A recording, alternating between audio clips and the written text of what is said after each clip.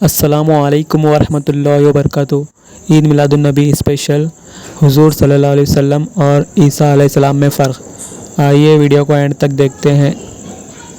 हर नबी किसी एक बस्ती के लिए नबी बनकर आए, एक इलाके के लिए नबी बनकर आए, किसी खित्ते के लिए नबी बनकर आए, बास किसी कबीले के लिए नबी बनकर आए।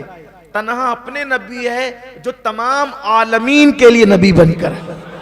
आलम के लिए नहीं, आलम के लिए नहीं। अगर आलम की बात होती तो अंदाजा होता कि मशरिक से लेकर मगरिब तक, शिमाल से लेकर जुनूब तक, आसमान से लेकर तहतुस्सरा तक ये एक आलम है।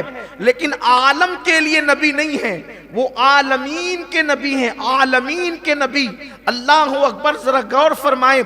बल्कि जो नबी जिस बस्ती के और जिस इलाके के लिए नबी बन करके आए, तो उनका दायरे कार और उनका इख्तियार उसी पर महदूद था। जैसा कि इंजील में भी लिखा हुआ है कि एक औरत, बूढ़ी औरत, किसी दूसरी बस्ती से, दूसरे इलाके से अपनी एक मरीज बेटी को लेकर के आई हजरत ईसा अलैहिस्सलाम के पास और कहने लगी, ए अल्लाह के पैगंबर, ए अल्लाह के नबी, मेरी ये बेटी बीमार है और मैंने सुना है कि आप बीमारों पर हाथ रखते हैं तो उन्हें शिफा हो जाती है, तो आप मेरी बेटी को अच्छा कर दें। तो हज़रत ईसा अलैहिस्सलाम ने फरमाया कि मेरा दायरे कार, मेरा दायरे इख्तियार इस इलाके के लिए महदूद है। अब उस इलाके से चूंकि आप आई हैं तो इसलिए वहां के लिए मैं नबी बनकर नहीं आया, इसलिए वहां मेरा मामला नहीं है। आपने जो है उसको ये फरमा दिया। लेकिन अपने नबी की शान देखें, अल्लाह अकबर। अगर मशरिक में कोई है तो मशरिक तक फैज जारी है, मगरिब में कोई है तो मगरिब तक फैज जारी है। और हद तो ये है कि जब जमीन के ऊपर है तो भी जारी है, जमीन के अंदर है तो भी जारी है। हर जमाना उनका जमाना है। ये रब फरमाया, महबूबा जमाने सारे तेरे हैं, फर्श वाले अरश वाले दीवाने सारे तेरे हैं।